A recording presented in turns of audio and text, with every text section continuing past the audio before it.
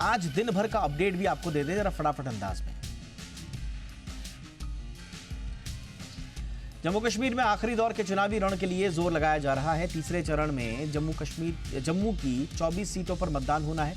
इस बीच आज सीएम योगी चुनावी दौरे पर जम्मू पहुंचे और बीजेपी के पक्ष में माहौल बनाते नजर आए। रामगढ़ में उन्होंने विपक्ष से लेकर पाकिस्तान पर खूब जुबानी शोले भड़काए। वहीं योगी आदित्यनाथ ने जम्मू कश्मीर की सरजमी से पाकिस्तान को खूब खरी खोटी भी सुनाई और साफ कर दिया कि बस पाकिस्तान के पास पीओके चंद दिनों का मेहमान है।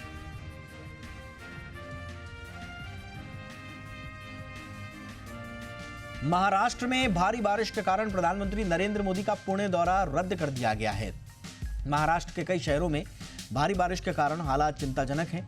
वहीं मौसम विभाग ने पुणे के लिए ऑरेंज अलर्ट जारी किया है। इस बीच पीएम मोदी आज राज्य का दौरा करने वाले थे। पीएम पुणे में मेट्रो ट्रेन का शुभारंभ करने के साथ ही 22,600 करोड़ रुपए की विभिन्न परियोजनाओं का शिलान्यास भी करने वाले थे, लेकिन भारी बारिश को देखते हुए उनका दौरा रद्द करने का फैसला लिया गया। चीन ने गेमिंग ऐप से भारत की इकोनॉमी को कमजोर करने की बड़ी साजिश रची थी। जी हां, ईडी ने उसकी इस साजिश का पर्दाफाश किया है।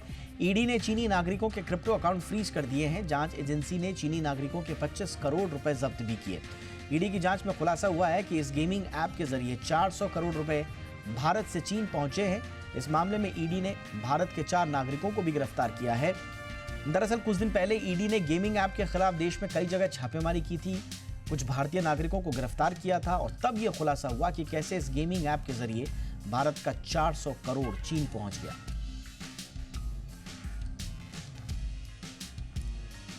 महाराष्ट्र की एक अदालत ने मानहानि के एक मामले में उद्धव गुट के नेता संजय राउत को दोषी करार दिया है। अदालत ने राउत पर 15 दिन की जेल और 25,000 का जुर्माना लगाया है। आपको बताएं कि बीजेपी नेता किरीट सोमैया की पत्नी मेधा ने शिवसेना उद्धव ठाकरे गुट के नेता संजय राउत पर मानहानि का केस दर्ज किया था। संजय राउत ने किरीट सोमैया की पत्नी के एनजीओ पर कथित 100 करोड़ रुपए के घोटाले का आरोप लगाया था। आज इस मामले में मझगांव कोर्ट ने मानहानि के दावे में संजय राउत को दोषी करार दिया। विवादित यूट्यूबर एल्विश यादव पर ईडी ने बड़ी कार्रवाई करते हुए उसकी प्रॉपर्टी अटैच कर दी है। हरियाणा यूपी में एल्विश की प्रॉपर्टी अटैच की गई है। साथ ही सिंगर फाजिलपुरिया की संपत्ति भी अटैच हुई है। सांपों के जहर के कारोबार के मामले में एल्विश को नोएडा पुलिस ने गिरफ्तार किया था। इसके बाद एल्विश पर ईडी ने मनी लॉन्ड्रिंग का केस दर्ज किया। अब ईडी ने इसी मामले में बड़ी कार्रवाई करते हुए एल्विश की संपत्ति अटैच कर दी है। कंगना रनौत की फिल्म इमरजेंसी की रिलीज को लेकर आज बॉम्बे हाई कोर्ट में सुनवाई हुई। कोर्ट ने कहा कि रिलीज की मंजूरी तभी मिलेगी जब मेकर्स फिल्म में सेंसर बोर्ड की ओर से सुझाए गए कट लगाएंगे। सेंसर बोर्ड ने कोर्ट में कहा कि इमरजेंसी के मेकर्स ने अब तक फिल्म में जरूरी कट्स नहीं लगाए हैं। वहीं मेकर्स ने कोर्ट में कहा कि उन्हें इसके लिए समय चाहिए। फिलहाल कोर्ट ने मामले की सुनवाई 30 सितंबर तक के लिए टाल दी है। आपको बताएं कि फिल्म इमरजेंसी में कंगना ने न केवल एक्टिंग की है बल्कि फिल्म का डायरेक्शन भी किया है।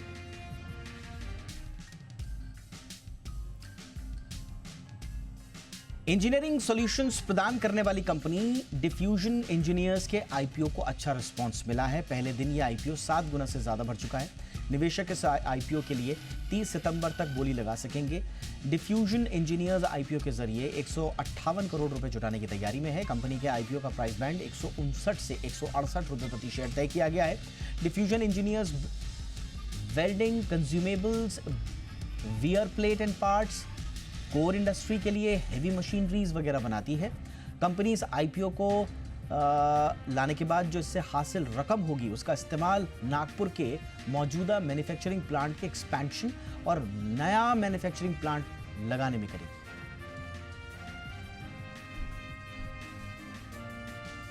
केआरएन हीट एक्सचेंजर्स का आईपीओ भी दूसरे दिन तक 58 गुना से ज्यादा बढ़ चुका है। इस आईपीओ के लिए 27 सितंबर यानी कि कल तक बोली लगाई जा सकती है। कंपनी ने आईपीओ का प्राइस बैंड 209 से 220 रुपए प्रति शेयर तय किया है। लॉट साइज 65 शेयरों का है। 2017 में शुरू हुई ये कंपनी इस इशू से 342 करोड़ रुपए जुटाना चाहती है। केआरएन हीट एक्सचेंजर फिन और ट्यूब टाइप हीट एक्सचेंजर्स की एक बड़ी मैन्युफैक्चरर्स है और एक्सपोर्टर भी है। ये कॉपर और aluminium fins, copper tubes, heat exchanger, water coils, condenser coils और इस तरह के इवेपोरेटर कॉइल्स भी बनाती है।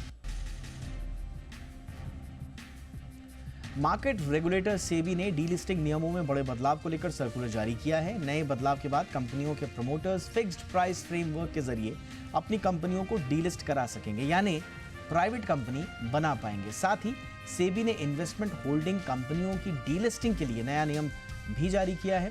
रिवर्स बुक बिल्डिंग प्रक्रिया के अलावा प्रमोटर फिक्स्ड प्राइस प्रोसेस के जरिए पब्लिक से पूरे शेयर खरीदने का ऑफर दे सकते हैं। किसी लिस्टेड कंपनी के शेयरों को स्टॉक मार्केट से हटाने की प्रक्रिया को डीलिस्टिंग कहा जाता है।